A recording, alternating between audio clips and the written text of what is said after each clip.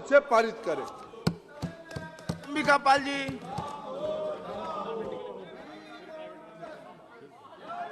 जी कृपया संक्षेप में। मैं अत्यंत आभारी हूं कि आपने माननीय मंत्री जी द्वारा एक अत्यंत महत्वपूर्ण विधेयक the Indian institute of management amendment bill 2023 के संशोधन विधेयक जो उनके द्वारा प्रस्तुत किया गया है उस पर मुझे बोलने का अवसर दिया है।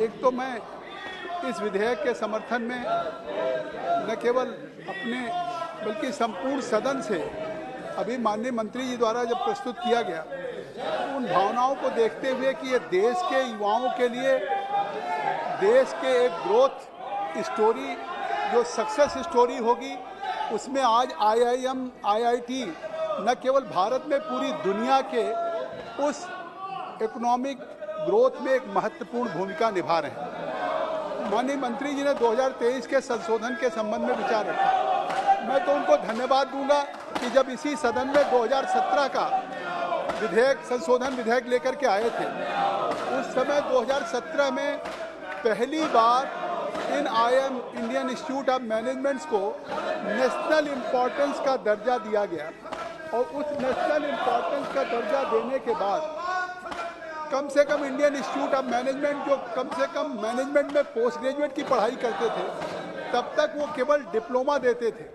पहली बार हमारी सरकार में इस IIM को नेशनल इम्पोर्टेंस का दर्जा दिया और इन संस्थानों ने फिर डिग्री देना शुरू किया और जिस डिग्री की ख्याति न केवल अब भारत में है आज पूरी दुनिया के आज देशों में है और यहाँ तक कि अगर सिलिकॉन वैली में भी जाएं चाहे अमेरिका हो यूरोपियन यूनियन हो सब जगह हो।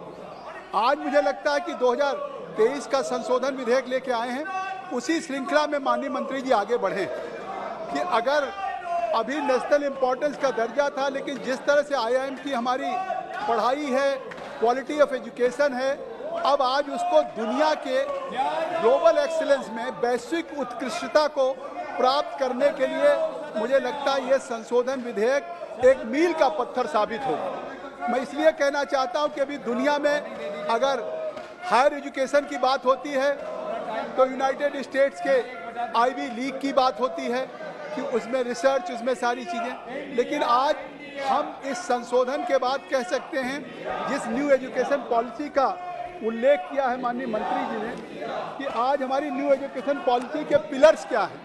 हमारी न्यू एजुकेशन पॉलिसी के जो पिलर्स हैं एक तो इन्हांसमेंट ऑफ कैपेसिटी, आज कितनी महत्वपूर्ण बातें हैं।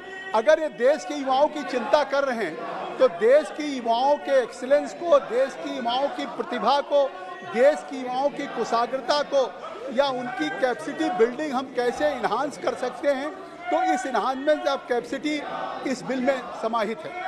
इसी तरह से जो 5 पिलर हमारे न्यू एजुकेशन पॉलिसी के हैं उसमें दूसरी एक्सेसिबिलिटी, तीसरी क्वालिटी, चौथी फेयरनेस और 5वीं अकाउंटेबिलिटी। तो आज इन संस्थानों को हम अकाउंटेबल बना सकें क्योंकि ये संस्थान को 3 साल में रिपोर्ट देनी होती थी, एक बेंगलोर को छोड़ करके किसी ने रिपोर्ट नहीं दिया। तो आज इस पूरे में एक रूपता आ जाए, यूनिफॉर्मिटी आ जाए, इसके लिए हम ये संशोधन लेके आए हैं। महामहिम राष्ट्रपति को जैसे सेंट्रल यूनिवर्सिटीज में विजिटर्स नियुक्त करते डिजिग्नेट होते हैं ऐसे ये विजिटर्स होंगे और वो अकाउंटेबल होंगे।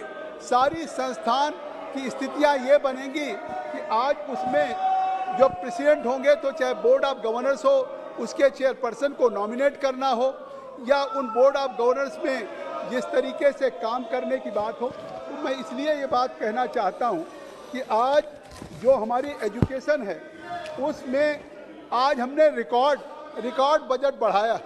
हायर एजुकेशन में 1,12,000 करोड़ जो आज तक कभी हमारे हायर एजुकेशन का इतना बड़ा बजट नहीं था।